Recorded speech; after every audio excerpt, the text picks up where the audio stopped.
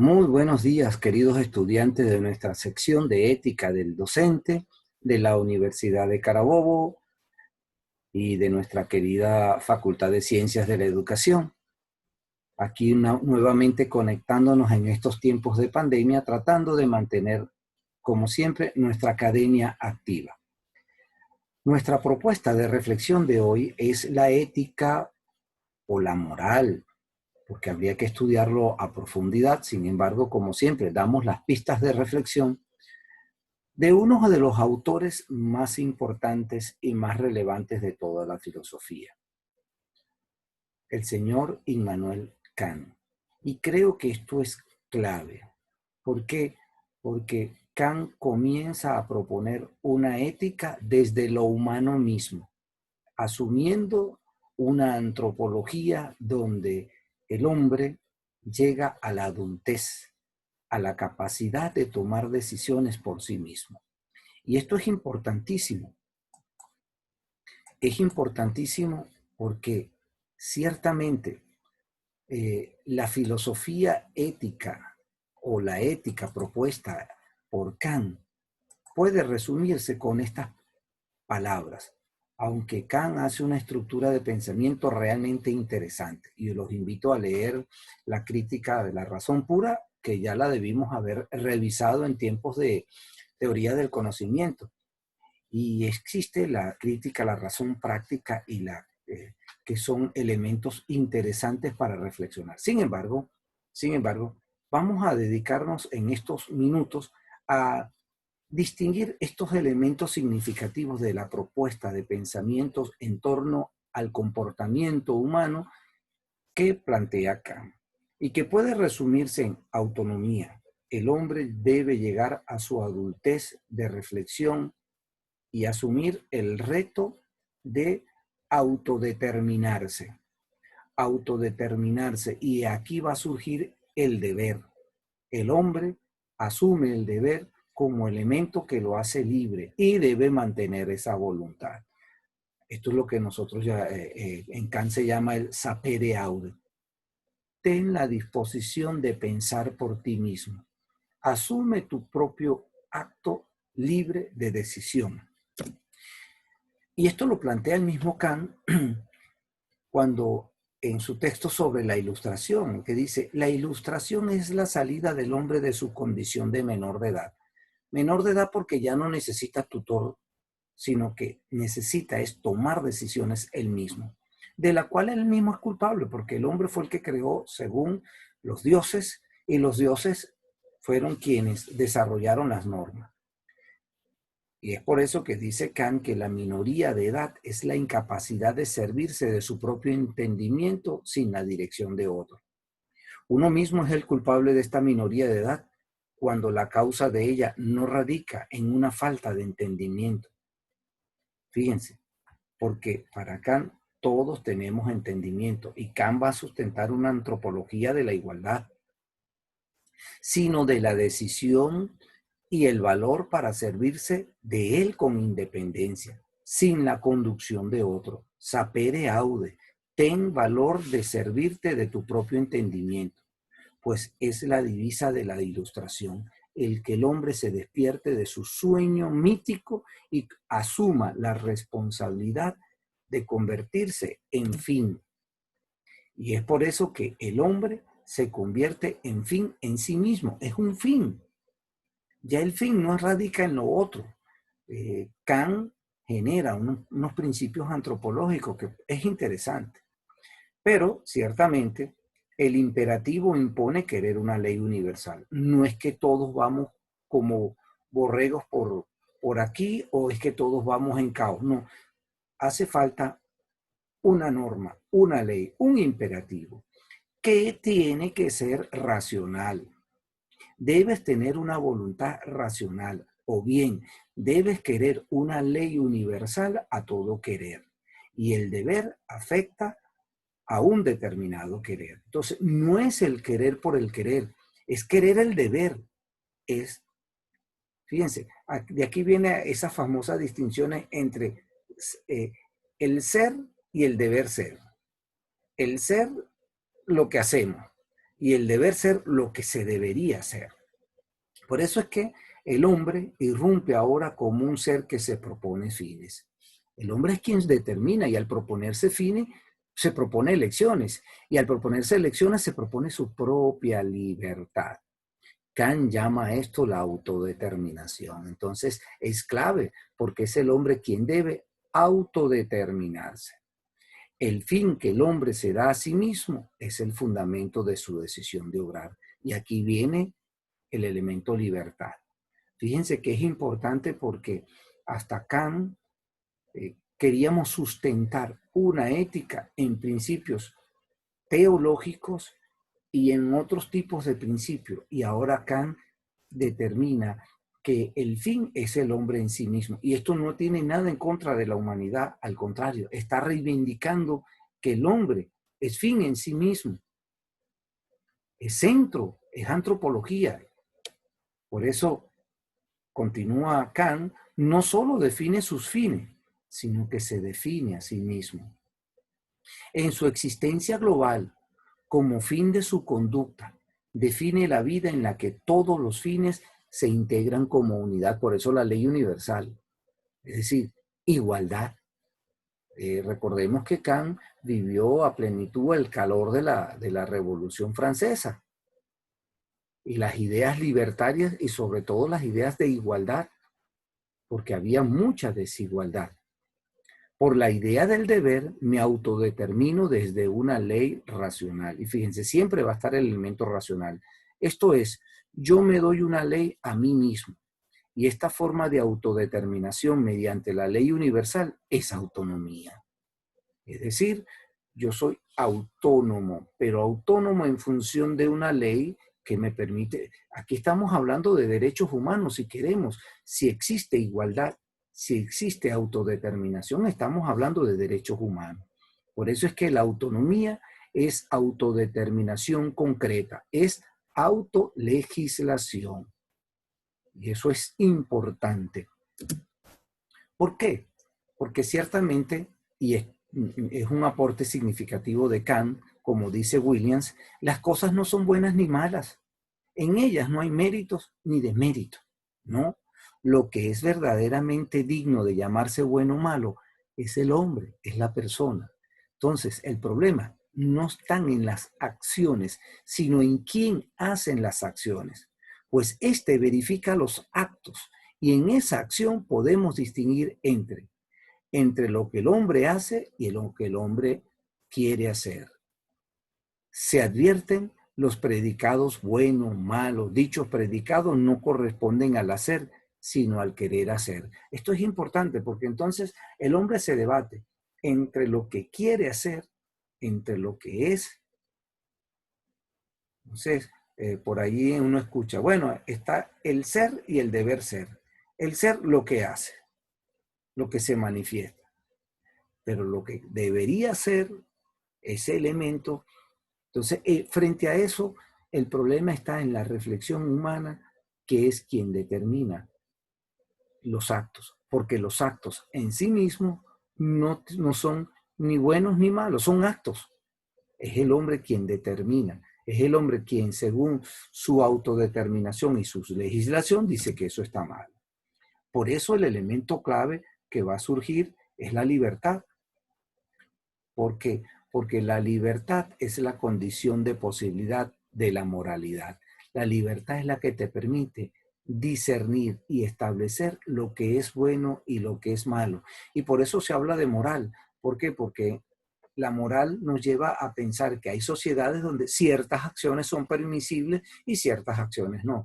Por ejemplo, hoy en día todos sabemos que en ciertas sociedades el uso de drogas, de psicotrópicos como la marihuana ya está siendo permisible. En otras dicen que no. ¿Por qué? Porque la libertad es pues la primera condición de posibilidad del imperativo categórico. Para que haya un imperativo categórico, para que haya una ley universal, el condicionamiento, el principio, el condicionante es la libertad. Por eso es que entre la libertad y la obligación moral hay una mutua circulación. La libertad se conoce por la obligación moral y al mismo tiempo el fundamento de la moralidad es la libertad. La libertad es la ratio essendi de la ley moral y la ley moral es la ratio conociendo de la libertad. Es decir, para una es la que lo da principio, la que lo hace ser y la otra es la que lo hace conocer. Si la ley moral no estuviese en nuestra razón, pensada anteriormente con claridad, nunca podíamos considerarnos autorizados para admitir algo como la libertad. Kant está llegando a la adultez del pensar humano, el ser humano como un adulto racional, el ser humano como pensante. Y es por eso que en Kant pudiésemos también advertir principios de derechos humanos, principios de igualdad, principios de autodeterminación. Es clave, aunque cuando se malinterpreta la voluntad y el deber, pues se dan excesos, como veremos más adelante, o en otra actividad académica, en otra clase. Por eso es que, según Victoria Camps, Kant se da cuenta de que la realidad de la libertad es empíricamente indemostrable. Es un principio, es algo, y si es indemostrable es porque es nouménico, está allí y como dice, pero que al mismo tiempo la hipótesis de que somos libres es imprescindible para abordar los problemas morales. Es decir, yo no puedo demostrar la libertad como principio, porque es algo que me trasciende, es algo nouménico, diríamos, es un trascendental, diría Kant. Pero esa hipótesis tengo que suponerla, está dada. ¿Por qué? Porque sin la libertad no es posible la moral. Pero no podemos verificar que somos libres porque la libertad no es un hecho empírico. La fe en la libertad actúa aquí como un hecho sintético a priori. Y revísense lo que son los juicios sintéticos a priori. ¿Por qué? No viene de la experiencia, es a priori. Y siempre me va aportando algo nuevo. Siempre me aporta. No queda definido. Por eso es que el elemento clave de Kant es la razón. Y la razón sería una forma de actividad espiritual que contiene dentro de sí un cierto número de principios en virtud de los cuales las personas rigen su vida, acomodan su vida en función de estos principios y tienen en ellos una base para formular juicios acerca de sí mismo y de cuanto los rodea. Acuérdense que esos juicios siempre son de la forma A es B, pero para Kant, juzgar es dar a entender que se tiene conocimiento sobre una realidad. Si quieres A, haz B. Kant determina como la razón práctica la base para la aprehensión de los objetos metafísicos. ¿Por qué? Porque mediante la razón pura no podemos accesar a eso. Entonces Kant no puede ir en la crítica de la razón pura, no puede llegar, necesita la crítica de la razón práctica. ¿Por qué?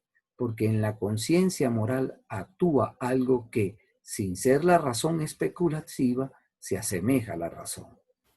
Es por esto que estos principios son racionales, principios evidentes, y si son evidentes no requieren demostración, por los cuales podemos juzgar por medio de la aprehensión interna de su evidencia.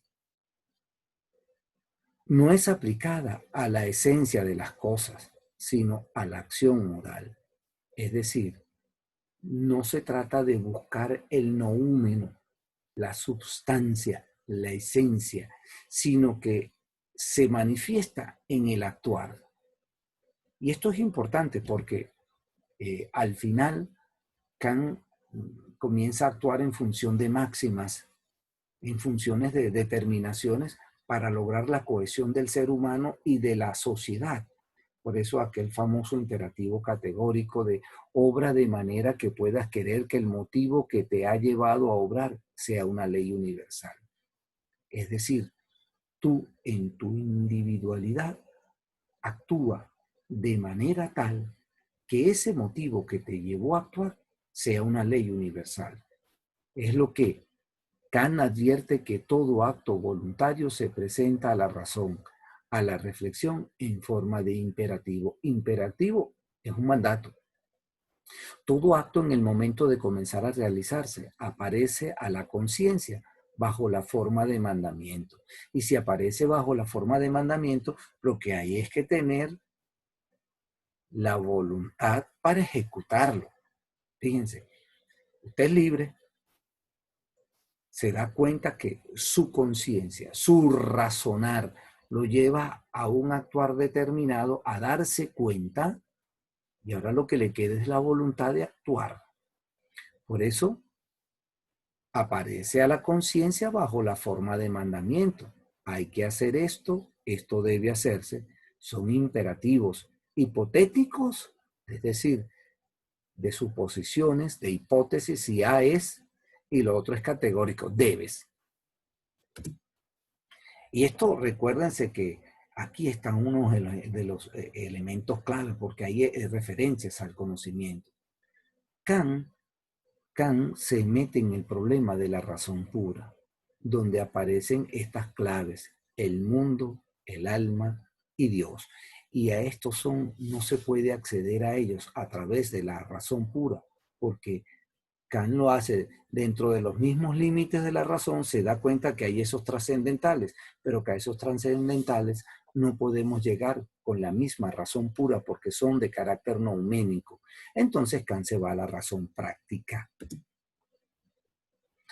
Por eso, recordando, decíamos en que en la crítica de la razón pura establece el mismo Kant, la razón humana tiene el destino singular en uno de sus campos de conocimientos, de hallarse acosada por cuestiones que no puede rechazar por ser planteadas por la misma naturaleza de la razón, pero a las que tampoco puede responder por sobrepasar sus facultades. Es decir, que el hombre se encuentra con este hecho fenoménico allí que tiene que utilizar y atacarlos porque se le manifiestan en la razón, pero no puede dar cuenta de ellos a través de la misma racionalidad. Son los elementos trascendentales. Por eso es que Kant se dedica a la crítica. El problema de la crítica es el problema de los fundamentos, la posibilidad, las condiciones de posibilidad. La existencia de un hecho de la razón pura, como la obligación moral, que intimida a todo hombre un imperativo de razón. Poco a palabra, lo que nosotros decimos a veces el problema de la conciencia. Yo debo hacer esto, pero no lo hago, pero sé que lo debo hacer. Kant parte del hecho de que nos impera algo que debe ser o debe hacerse, y eso es la obligación moral. Como es, luego puede ser, por lo tanto, debo. Y como debo, luego puedo. ¿Y qué es lo que queda aquí? Como debo, luego puedo, es el problema de la voluntad. Es decir, la reflexión me lleva a la claridad y esa claridad me compromete en el accionar. Un poco lo que decían los griegos. Si el malo, el que actúa en mal porque no conoce el bien. Y en la medida que conoce el bien, en medida que va racionalizando, entonces en esa medida se va comprometiendo. Por eso es que, según Colomer, la razón pura tiene dos usos, el teórico y el práctico. En cada uno de ellos está el interés más profundo de esa facultad. El interés de uso teórico consiste en el conocimiento del objeto hasta los principios a priori más elevados. El de uso práctico en la determinación de la voluntad con respecto al último y más completo fin. Entonces, a través de la razón discierno, asumo, tomo la voluntad de cumplir. Por eso es que la razón teórica no está coordinada, sino subyugada a la razón práctica. ¿Por qué? Porque la razón teórica es la que me ayuda a comprender y a esclarecer los fines. Por eso es que, según Colomer, la moral kantiana no se fundamenta en ningún principio teórico, sino que su punto de partida es un factum, un hecho de la razón pura.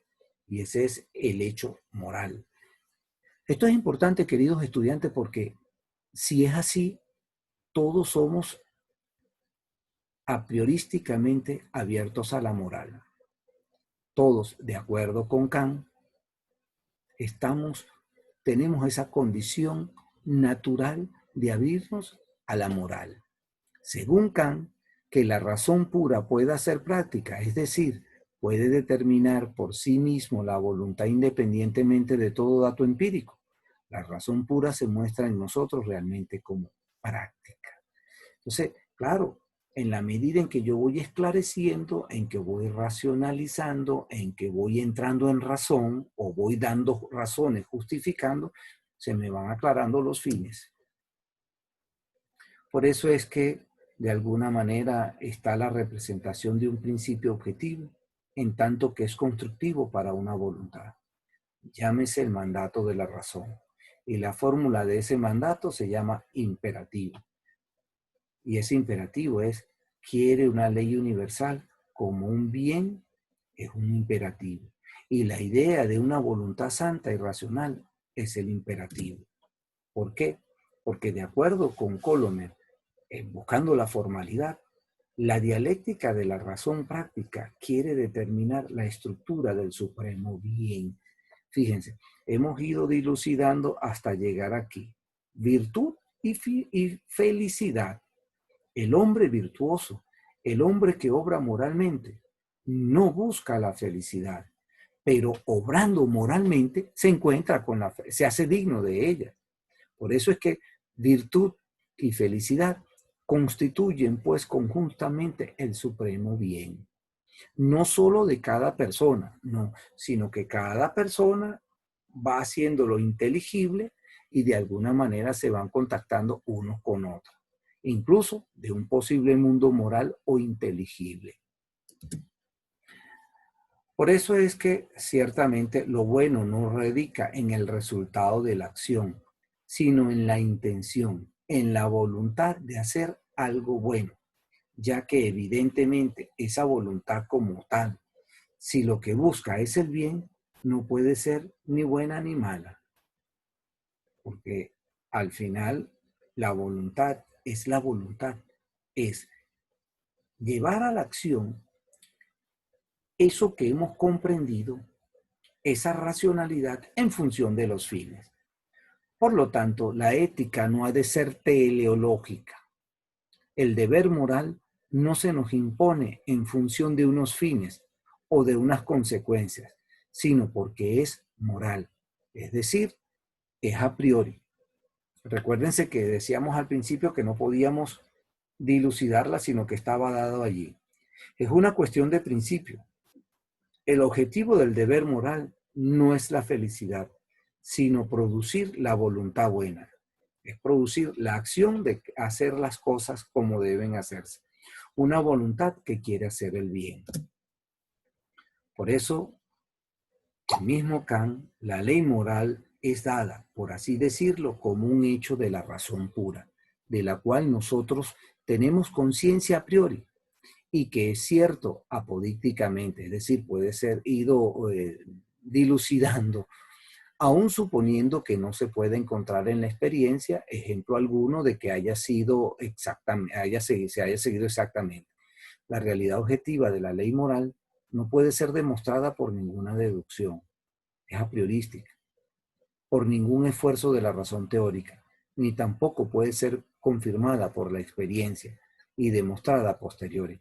Sin embargo, se mantiene firme a sí misma. Es un hecho, diríamos, fenoménico. Se manifiesta, está allí y usted verá.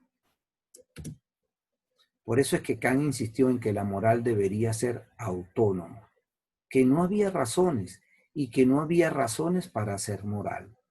¿Y cuál era el argumento? Cualquiera razón que tenga para ser moral tiene que ser o una razón moral o una razón no moral. Si se tiene una razón moral, entonces esta razón no puede ser una razón para ser realmente una razón moral. Pues se desprende que cada uno tendría que estar ya en para poder aceptarla. Y una razón no moral no puede ser una razón que tenga que ser moral. Léanse esos silogismos kantianos que están allí de lo que hay es principios de lógica. Y si atenta contra el principio de no contradicción, entonces bien. Creo, queridos estudiantes y participantes de este de este encuentro, que de verdad pensar en la filosofía de Kant es importante en cuanto a estos elementos que hemos tratado sucintamente de dilucidar. Uno, el problema antropológico, el hombre como autodeterminación y fin en sí mismo, el hombre que descubre racionalmente qué es, quién es, cuáles son sus fines y descubre que tiene voluntad, que esa voluntad sirve para cumplir su deber. Ha habido también excesos en la filosofía kantiana, pero creo que es bueno que hagamos este paseo de reflexión. De mi parte, feliz día, feliz semana y nos vemos en nuestro próximo encuentro académico.